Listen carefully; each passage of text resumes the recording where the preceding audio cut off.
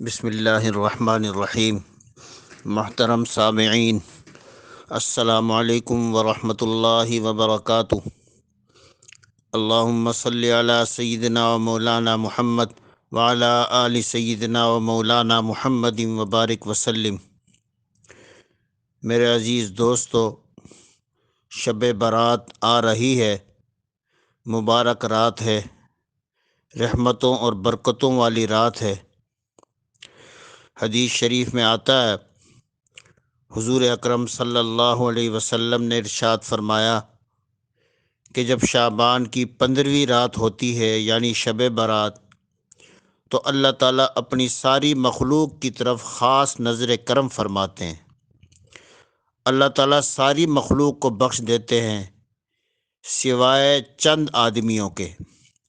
بعض روایات میں 7 افراد کا تذکرہ ہے کہ اس رات میں 7 آدمیوں کی مغفرت نہیں ہوتی۔ پہلا وہ شخص جو مشرک ہے، اللہ تعالیٰ کی ذات و صفات میں کسی اور کو شریک کرتا ہے، اس کو مشرک کہتے ہیں۔ مشرک کی اس رات میں بخشش نہیں ہے۔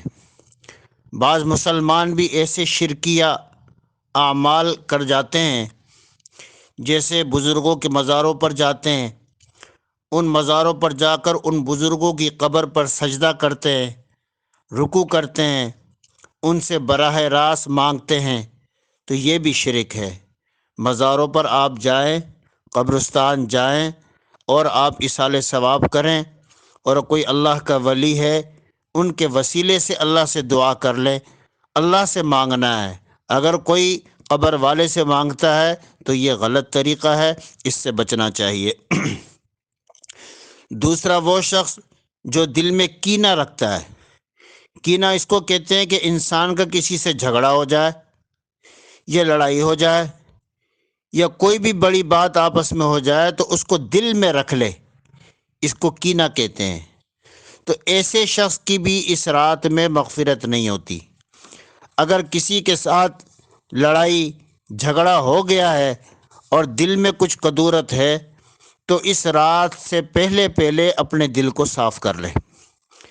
تیسرا شخص شرابی، وہ شخص جو شراب پینے کا عادی ہے اور وہ روز شراب پیتا رہتا ہے یا کوئی اور نشہ کرتا رہتا ہے اور اس کا عادی ہو چکا ہے، تو اس کی بھی اس رات میں بخشش نہیں ہوتی۔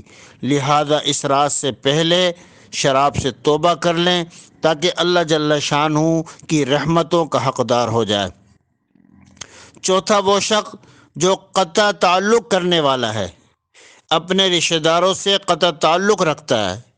انسان جب دوسرے انسان کے ساتھ رہتا ہے تو کچھ نہ کچھ نا اتفاقی ہو جاتی ہے، لیکن ہمارے مذہب اسلام میں کیا ہے کہ اس کو معاف کر دیں، اس لیے کہ جب عام مسلمانوں سے اس طرح قطع تعلق گناہ ہے تو اپنے رشتہ داروں عزیزوں سے اس طرح قطع رحمی اور بھی زیادہ گناہ ہے۔